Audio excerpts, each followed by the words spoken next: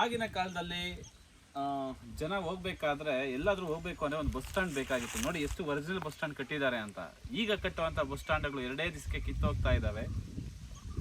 ನೀವು ನೋಡಿ ಸಿಟಿಯಲ್ಲಿ ಬಸ್ ಸ್ಟ್ಯಾಂಡ್ ಕಟ್ಟಿದ್ದು 4-5 ದಿನಕ್ಕೆ ಎಲ್ಲ ಕಿತ್ತೋಗ್ತಾ ಇದ್ದಾವೆ. ನೋಡಿ ಆಗಿನ ಇದು ಎಷ್ಟು ವರ್ಷ ಆಯಿತು ಗೊತ್ತಿಲ್ಲ ಕಟ್ಟಿ, ಎಷ್ಟು ಒರಿಜಿನಲ್ ಆಗಿದೆ ಅಂತ ನೋಡ್ಬೋದು.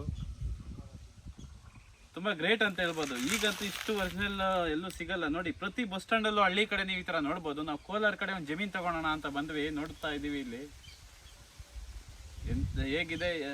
ಈಗ ಈ ಕಡೆ ಎಲ್ಲ ಆಲ್ಮೋಸ್ಟ್ ಒಳ್ಳೆ ವೆದರ್ ಇದೆ, ಬಟ್ ಮುಂದೆ ಇದೂ ಎಲ್ಲ ಇಂಡಸ್ಟ್ರೀಸ್ ಆಗಿ ಮನೆಗಳಾಗಿ ಈ ವೆದರ್ ಹಾಳಾಗುತ್ತೇನೋ ಅನ್ನೋ ಒಂದು ಭಯ ಇದೆ. ನೆಕ್ಸ್ಟ್ ಜನ್ರೇಷನ್ ಹೇಗೋ ಏನೋ ಅಂತ.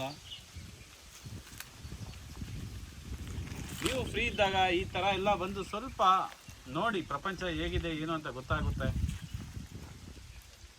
ನೋಡ್ಬೋದು ಈಗೆಲ್ಲ ಮಾವು ಚಿಗುರುವಂಥ ಕಾಲ.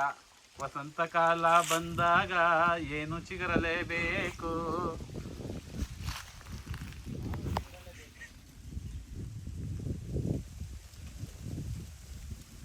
ನೋಡಿ ಎಷ್ಟು ಕೂಲ್ ಆಗಿದೆ. ಹಳ್ಳಿ ಮರದ ಕೆಳಗಡೆ ಕುತ್ಕೊಂಡು ಹಂಗೇ ನಿದ್ದೆ ಬರ್ತೈತೆ. ಮನೆಯಲ್ಲಿ ಎಂಥ ಕಾಸ್ಟ್ಲಿ ಬೆಡ್ ಹಾಕೊಂಡ್ರು ನಿದ್ದೆ ಬರಲ್ಲ.